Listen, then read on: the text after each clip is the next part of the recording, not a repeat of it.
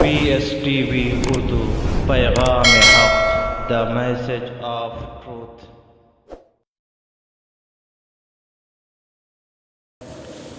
حاضرین جمعہ، بزرگان محترم، نوجوان ساتھیوں، عزیز بچوں، سب سے پہلے ہر طرح کی تعریف و توصیف اللہ رب العالمین کے لیے ہے، جس نے ہمیں پیدا کیا اور ہمیں پیدا کر کے یوں ہی بیکار اور بیجا نہیں چھوڑا، بلکہ ہماری رشد و ہدایت کی خاطر ہمیں سیدھی راستہ دکھلانے کے لیے اس دنیا کے اندر بے شمار انبیاء اور رسول علیہ السلام کو مبعوث فرماتا رہا۔ درود و سلام نازل ہو تمام انبیاء علیہ السلام پر، خصوصاً ہمارے آخری پیغمبر، آخری رسول جناب محمد رسول اللہ صلی اللہ علیہ وسلم پر اللہم صلی علیہ وسلم۔ حاضرین جمعہ، آج کے اس خطبہ جمعہ کے اندر میں جس موضوع کے تعلق سے کچھ باتیں عرض کرنا چاہتا ہوں وہ ہے کہ ہم ہر قسم کے گناہوں سے، ہر قسم کی نافرمانیوں سے اور ہر قسم کے حرام کاموں سے اپنے آپ کو کیسے بچائیں، کیونکہ یہ حقیقت ہے کہ جیسے جیسے انسان ترقی کر رہا ہے، جیسے جیسے زمانہ آگے بڑھ رہا ہے، ویسے ویسے اللہ کی نافرمانیوں اور گناہوں کا گراف بھی بڑی تیزی کے ساتھ بڑھتے جا رہا ہے۔ انسان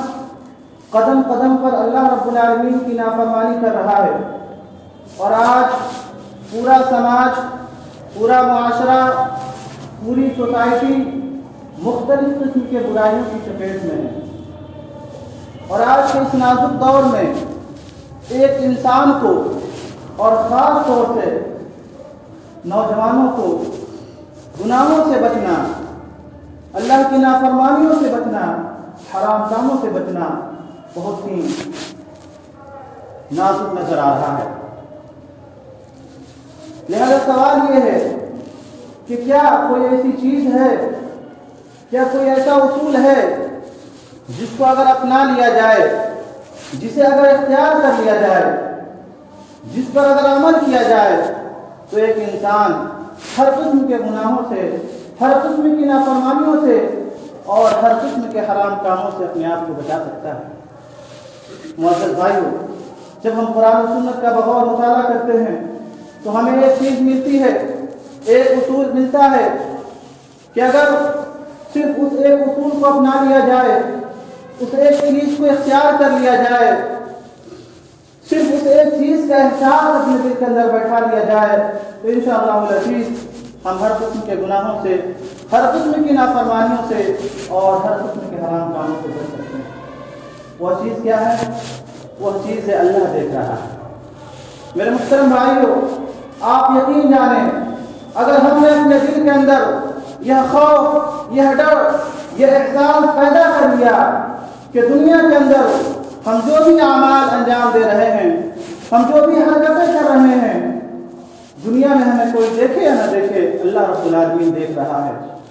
دنیا والوں کو تو ہم دھوکہ دے سکتے ہیں، دنیا والوں کی نظروں سے تو ہم بچ سکتے ہیں، لیکن اللہ کی نظر، اللہ کی پکڑ اور اللہ کی قدرت سے ہم کبھی بچ نہیں سکتے ہیں، کیونکہ اس کی نظر، اس کی قدرت کا عالم یہ ہے، اس کا اندازہ حضرت لقمان علیہ السلام کی اس نصیحت سے لگایا جا سکتا ہے، جو نصیحت انہوں نے اپنے بیٹے سے کی تھی۔ انہوں نے کہا تھا، یا بنی انہا ان تک مثقال حبۃ من خردل فتکن فی صخرۃ او فی السماء او فی الارض یأت بها اللہ، کہ میرے بچے اس بات کو اچھی طرح سے ذہن نشین کر لو،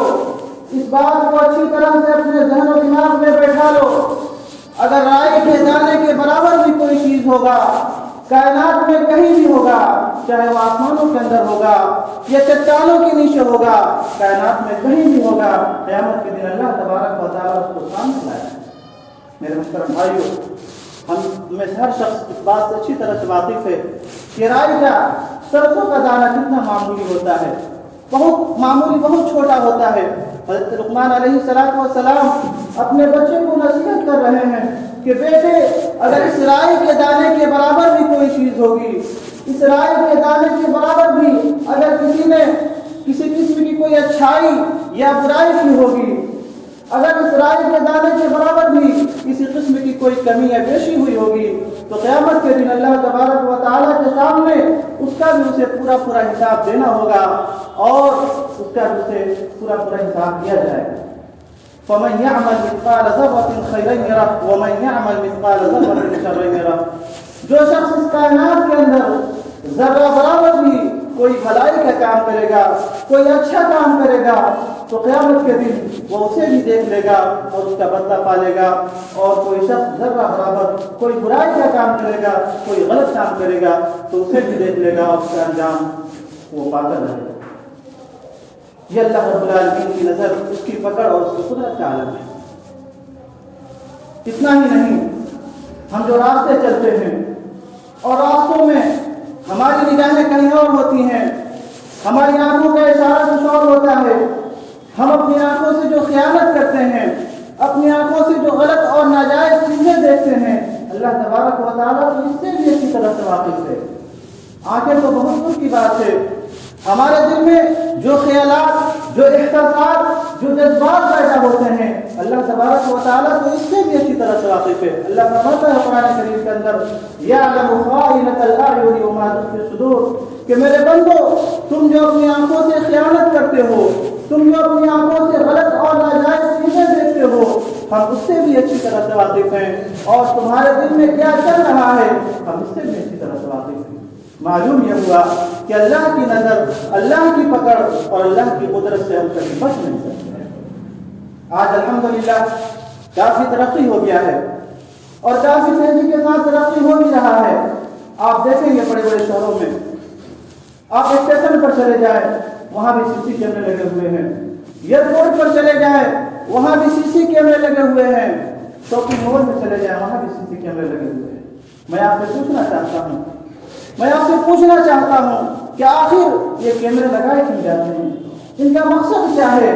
آپ کا جواب ہوگا کہ کیمرے سیفٹی کے لیے، سیکورٹی کے طور پر لگائے جاتے ہیں۔ ایک چوری کرنے والا چور بھی جب اس کی نظر ان کیمروں پر پڑتی ہے تو چوری کرنے سے پہلے 1000 بار سوچتا ہے۔ ایک انسان کسی کے ساتھ چھیڑخانی کرنے سے پہلے 1000 بار سوچتا ہے کہ اگر ہم نے کسی کے ساتھ کوئی غلط قدم اٹھایا تو ہم پکڑ لیے جائیں گے۔ ایک انسان دوسرے کا سامان اٹھانے سے پہلے 1000 بار سوچتا ہے کہ اگر ہم نے کسی دوسرے کا سامان اٹھایا تو ہم پکڑ لیے جائیں گے۔ دنیا کا کیمرہ لگا ہوا ہے، ایک چور چوری کرنے سے ڈر رہا ہے،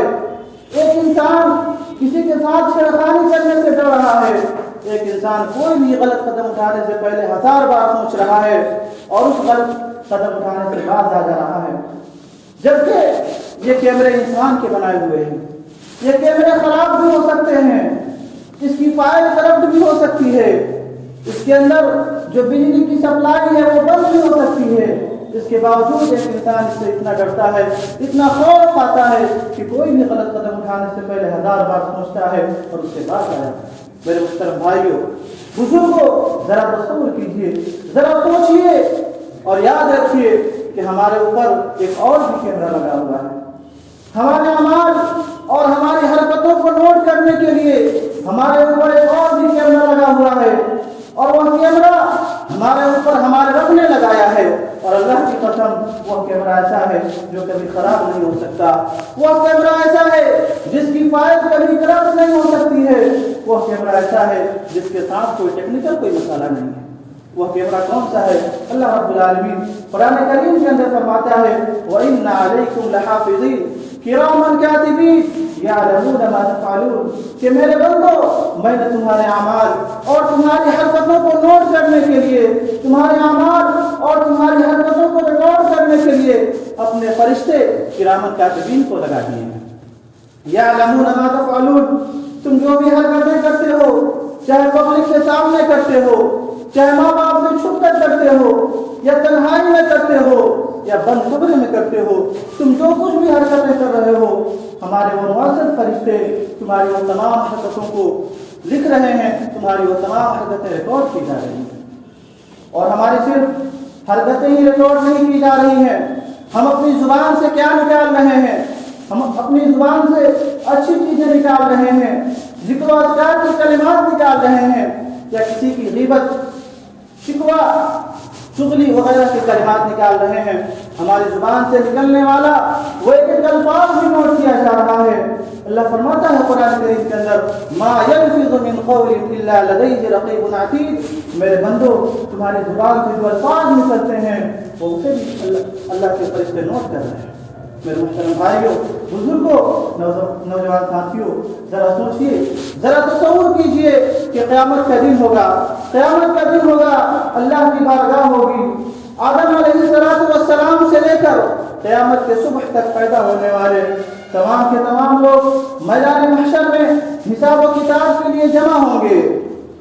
ویسے میں ایک بہت بڑی بھیڑ ہوگی، ایک بہت بڑا جمع غفیر ہوگا، اور ایسے میں ہماری زندگی بھر کی ریکارڈنگ، ہماری زندگی بھر کے کارناموں کو، ہمارے زندگی بھر کے اعمال کو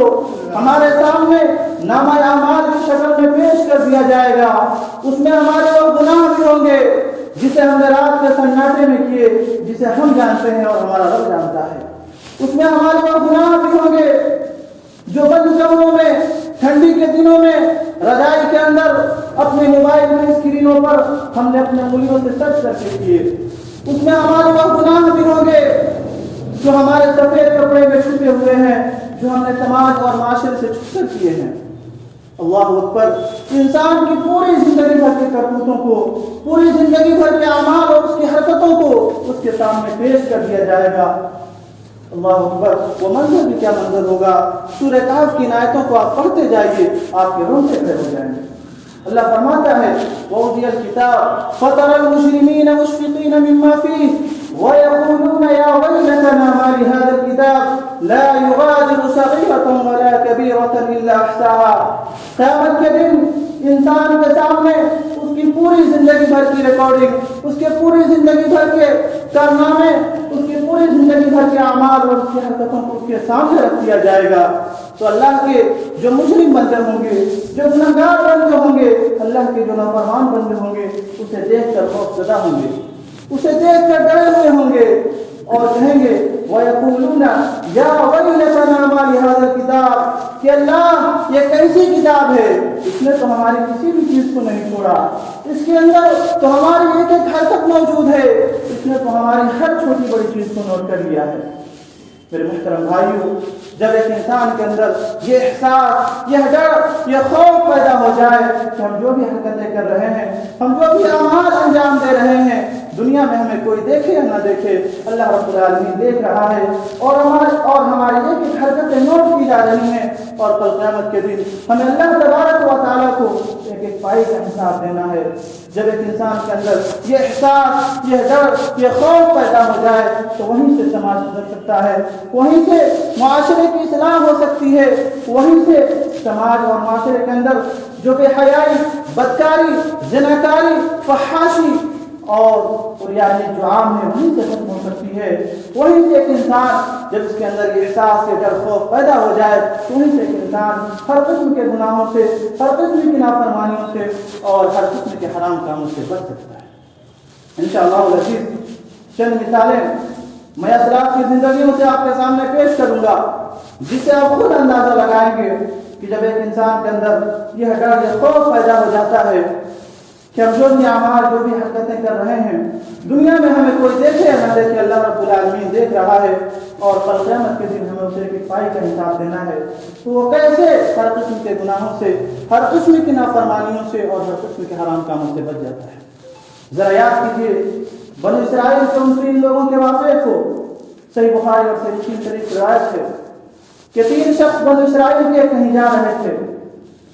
اختصار کے ساتھ میں بیان کرتا ہوں۔ راستے میں بارش ہونے لگی،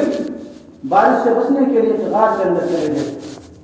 جب اس غار کے اندر داخل ہو گئے تو اوپر سے ایک بہت بھاری چٹان لڑکا اور اس غار کے منہ پر آ گرا، جس سے اس غار کا منہ بند ہو گیا، جس کے ذریعے سے وہ لوگ اس کے اندر داخل ہوئے۔ اب اس غار سے نکلنا ان کے لیے مشکل ہی نہیں بلکہ ناممکن ہو گیا۔ ان لوگوں نے آپس میں مشورہ کیا اور کہا کہ اس مصیبت سے اگر ہمیں کوئی ذات نجات دے سکتی ہے تو صرف اور صرف اللہ رب العالمین کی ذات ہے۔ لہذا ہمیں چاہیے کہ اس مصیبت میں ہم اپنے ایسے اعمال کا وسیلہ بنا کر اللہ رب العالمین سے دعائیں مانگے جو اعمال ہم نے صرف اور صرف اللہ رب العالمین کی رضا جوئی اور خوشنودی کے لیے کیا ہے، جو اعمال ہم نے صرف اور صرف اللہ رب العالمین کے خوف اور ڈر کے بنیاد پر کیا ہے۔ چنانچہ ان میں سے ایک شخص نے کہنا شروع کیا انہ کانت لی ابنۃ عم، کہ اللہ میری ایک چچا بہن تھی جسے میں کافی چاہتا تھا، میں اسے بہت پسند کیا کرتا تھا، کئی ایک بار میں نے اس کے ساتھ غلط کام کرنے کا ارادہ کیا لیکن مجھے کوئی موقع نہیں مل رہا تھا۔ ایک بار وہ 5 سال کی زد میں آ کر بڑی پریشان ہو کر میرے پاس مدد کے لیے آئی، میں نے 120 دینار مدد کے طور پر تو اس کو دے دیا، لیکن اس کے ساتھ ہی ساتھ میں نے یہ شرط رکھی تو میری خواہش کو پورا کر دے گی، میرے ساتھ غلط کام کرنے پر تیار ہو جائے گی۔ وہ بیچاری نہ چاہتے ہوئے اس وقت تو تیار ہو گئی، لیکن عین موقع پر اب تک میں اس کے ساتھ غلط کام کرنے ہی والا تھا تو اس کے زبان سے ایک الفاظ نکلے تھے اتق اللہ، کہ اللہ کے بندے اللہ سے ڈر، کہ تیرے لیے حلال اور جائز نہیں ہے۔ اس کے الفاظ جیسے ہی میرے کانوں میں پڑے، پروردگارا تیرا خوف تیرا ڈر میرے دل کے اندر پیدا ہو گیا، اور اس غلط اور اس حرام کام پر پوری قدرت رکھنے کے باوجود بھی میں اس سے رک گیا، اس سے باز آ گیا۔ پروردگارا اگر یہ کام میں نے صرف اور صرف تیرے خوف کی بنیاد پر کیا تھا، اگر یہ کام میں نے صرف اور صرف تیری رضا جوئی اور خوشنودی کے لیے کیا تھا تو پروردگارا تو ہمیں اس غار سے نجات دے۔ اتنا کہنا تھا کہ پتھر غار کے منہ سے ہٹ گیا اور وہ لوگ اس سے بآسانی نکلے۔ میرے محترم بھائی، آپ نے دیکھا کہ جب ایک انسان کے اندر یہ خوف، یہ ڈر پیدا ہو جاتا ہے کہ ہم جو بھی اعمال، جو بھی حرکتیں کر رہے ہیں، دنیا میں ہمیں کوئی دیکھے یا نہ دیکھے، اللہ رب العالمین دیکھ رہا ہے اور کل قیامت کے دن ہمیں اس کا حساب دینا ہے، تو وہ کیسے زناکاری جیسے حرام کام پر بھی پوری قدرت پانے کے باوجود بھی کیسے وہ اس سے بچ نکلتا ہے۔ اور آگے بڑھیے، حضرت عبداللہ بن عمر رضی اللہ تعالیٰ عنہ کے دور کا واقعہ ہے۔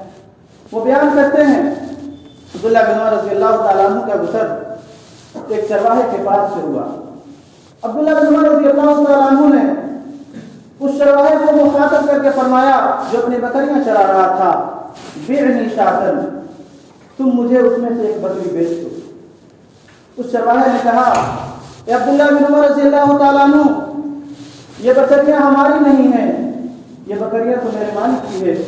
ان بکریوں پر میرا کوئی اختیار نہیں ہے، میں ایسا نہیں کر سکتا۔ عبداللہ بن عمر رضی اللہ تعالیٰ عنہ اس کا امتحان لینے کے لیے، اس کو جانچنے کے لیے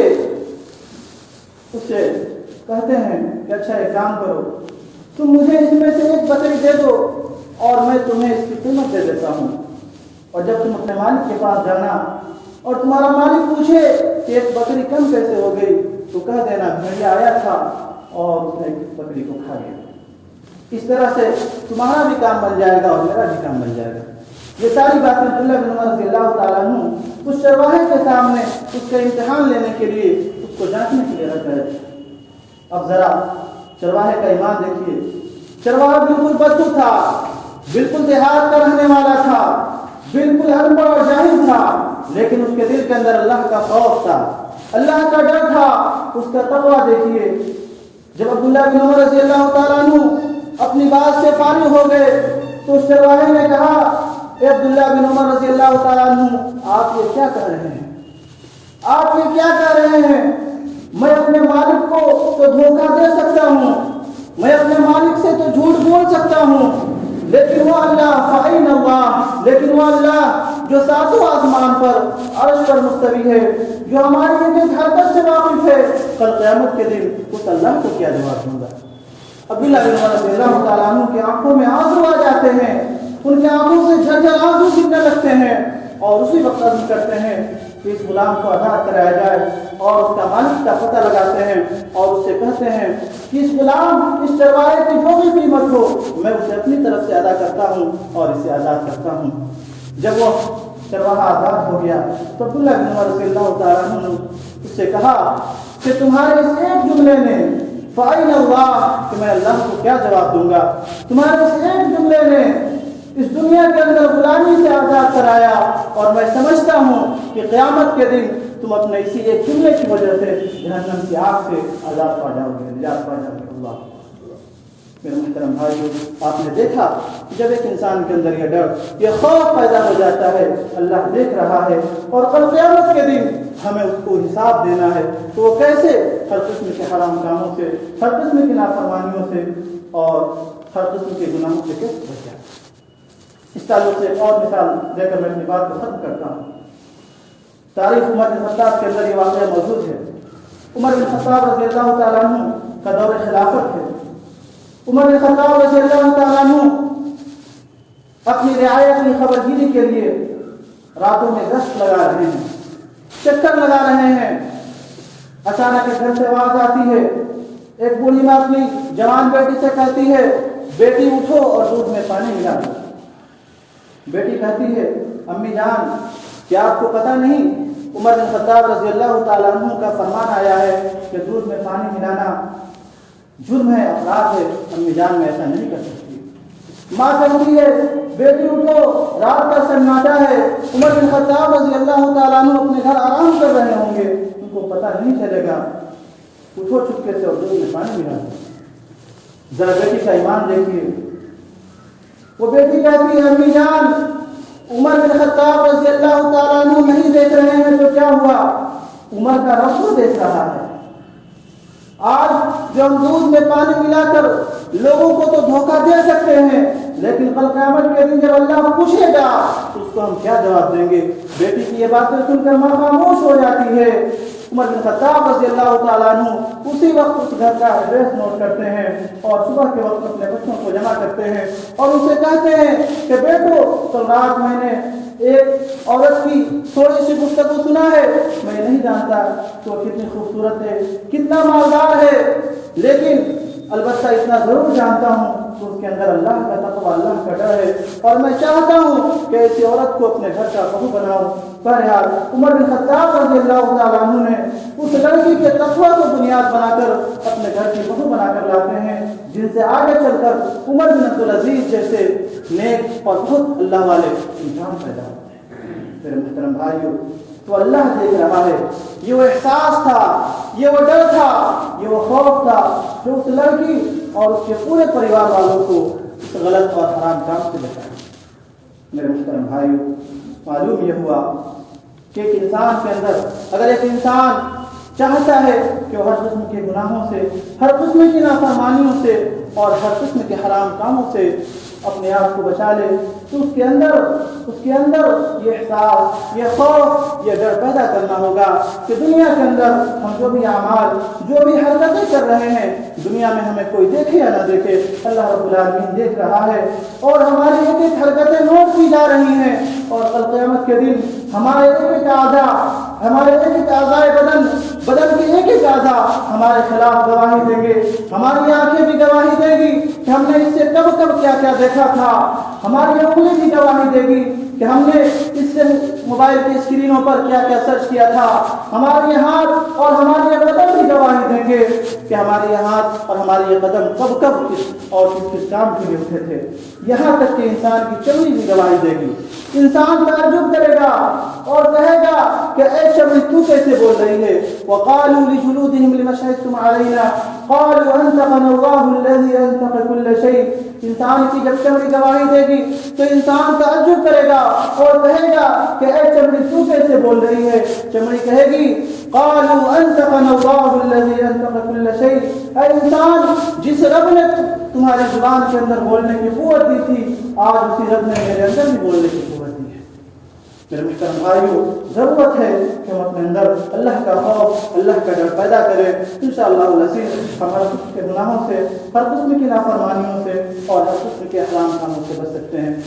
اللہ کے العالمین سے دعا ہے، پروردگارہ تو ہمارے دلوں کے اندر اپنا خوف پیدا فرما، پروردگارہ تو ہمیں ہر قسم کے گناہوں سے، ہر قسم کی نافرمانیوں سے اور ہر قسم کے حرام کاموں سے محفوظ رکھ۔ پروردگارہ جب تک تو ہمیں دنیا کے اندر زندہ رکھ، اسلام اور ایمان پر زندہ رکھ، اور جب ہمارا خاتمہ ہو تو خاتمہ بالخیر ہو۔ آمین۔